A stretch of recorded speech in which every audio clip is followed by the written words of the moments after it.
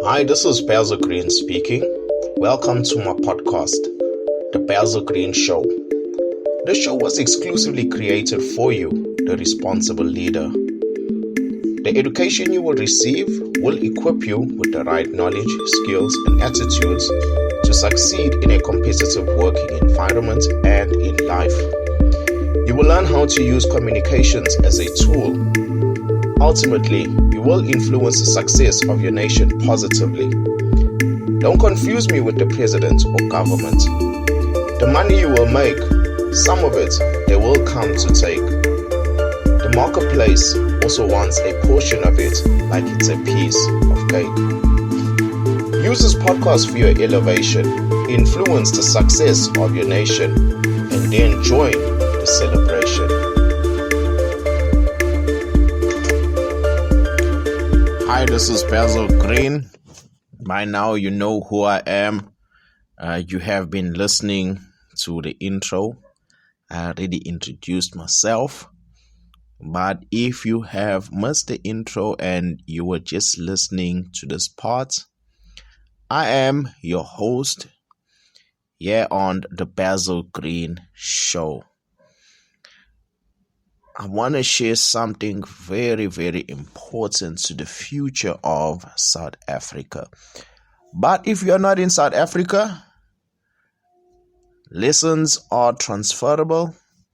Whatever you learn, that knowledge can be applied to your context. You just need to understand how you need to do that.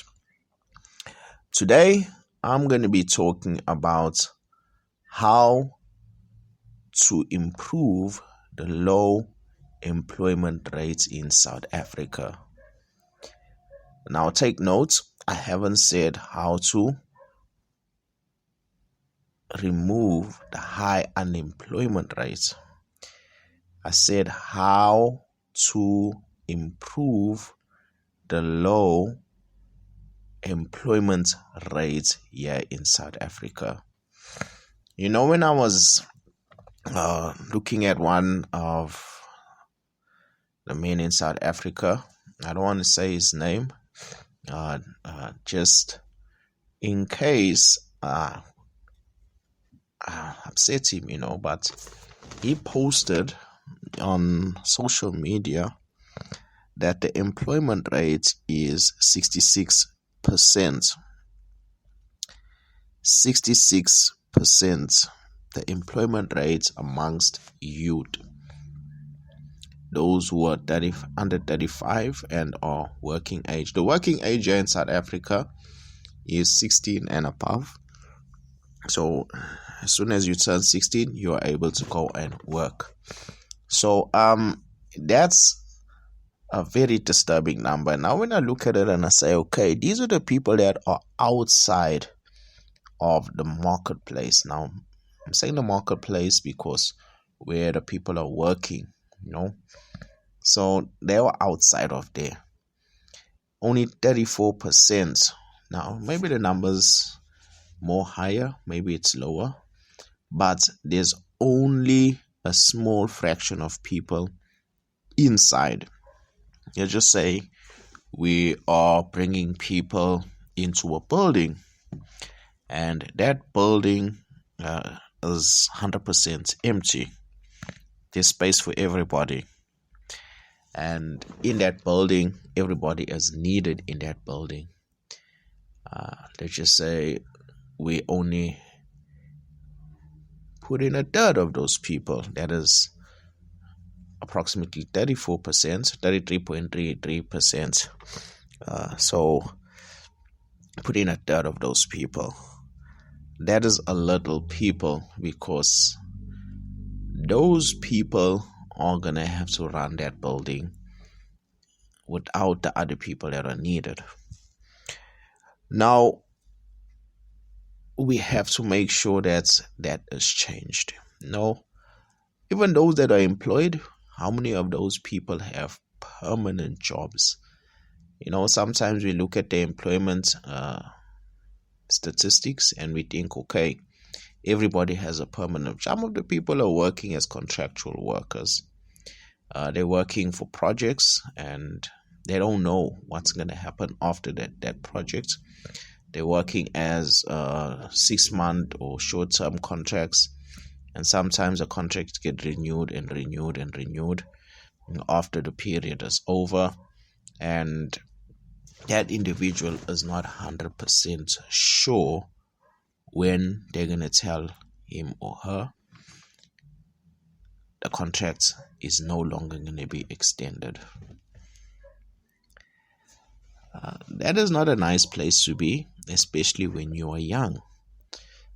You are young, you have aspirations, you have hopes for the future, and it's even more heartbreaking when you are a young person and other young people are receiving what you desire to receive. They are driving cars, they are buying houses, their lives are moving forward. Why? Because they are in permanent jobs, be it under an employer or as a person that is working for themselves in a business. They own the business and they're employing individuals, or just as a solopreneur or as a freelancer, whatever type of job. But those people are making it in life. Now let's just look at us here. A third of our youth are not doing productive work, in the sense that they are not providing economically to the economy. 1 in every 3 people you meet is working. Only 1 in every 3 people.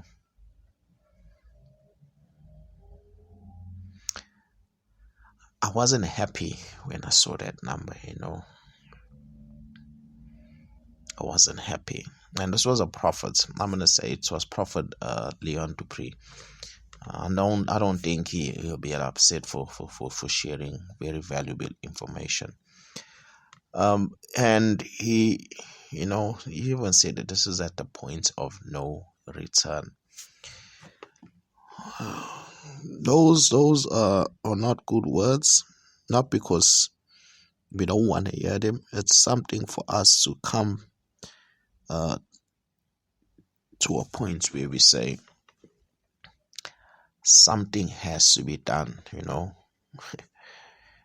Something has to be done. Something has to be done.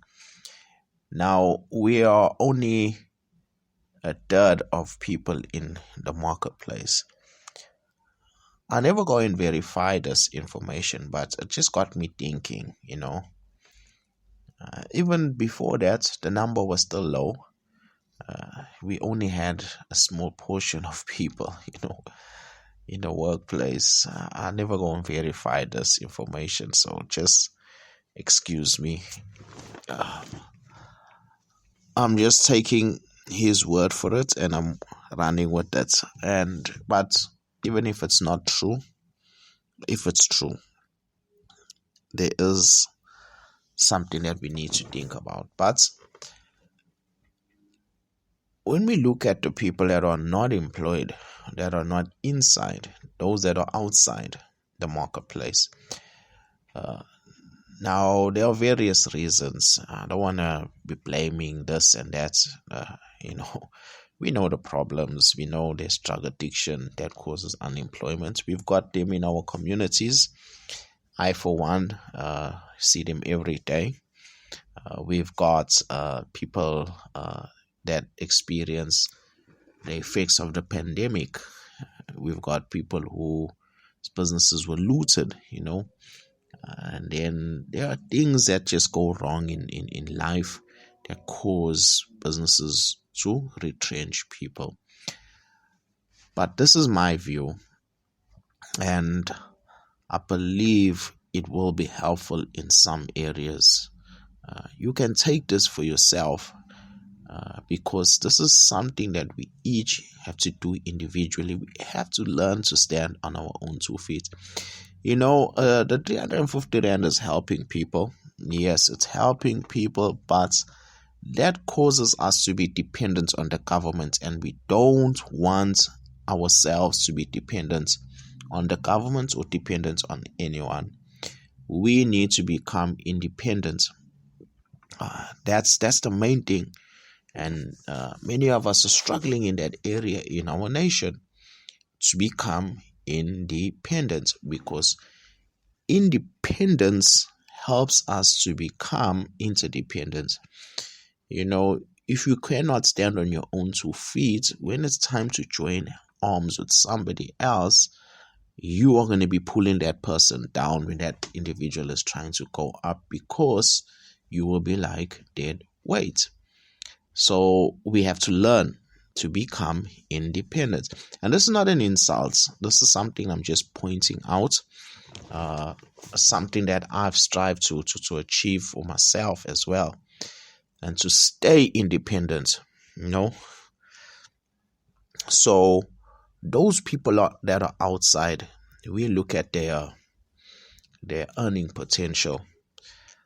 We look at that and we see, okay, some people have the earning potential of 50,000 Rand a year. Some people have the earning potential of 100,000. Some are in the ranges of 200,000, 300,000 a year. Others are in the millions. So that also can be improved. So we are losing, so much human capital, things that we can use to change South Africa. How do we do that? We need to learn to be independent. I firmly believe that, once we can learn to work on our own independence, if no one is hiring you, employ yourself. And if it's not for you, then go and work for somebody else that has employed him or herself. You be that person that is going to be their salesman, or you're going to be posting stuff on social media, but do something.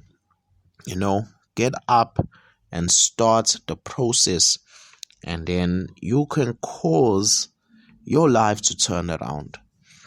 Now, so for some it might seem like, I'm not being realistic, but if you hear the stories of individuals, you have to find ways to get out of your difficult situation. I believe that independence is gonna transform our lives. When everybody is working, when there are more people in the system, not the government system of handouts. We don't want that to be our permanent position, where we are in the system and we are productively making money, and we are contributing with our taxes. We are going out because people want to buy houses, and when they buy houses, they're going to want to buy cars. Their children are going to want to go to school. They're going to buy appliances. These are all things that improve the economy, and money is circulating in the economy, and the government has more money to tax. So if they're helping us or creating the environment for us to flourish, they also benefit. This is just my observation, and I'm going to end this podcast for today. Yeah, goodbye. You were listening to the Basil Green Show. Subscribe to this podcast. Don't miss out on any episode. Lastly, but not least, I am a motivational speaker. To book me, you can check my contact details in the description of this podcast episode. First come, first serve. Thank you. Keep coming back.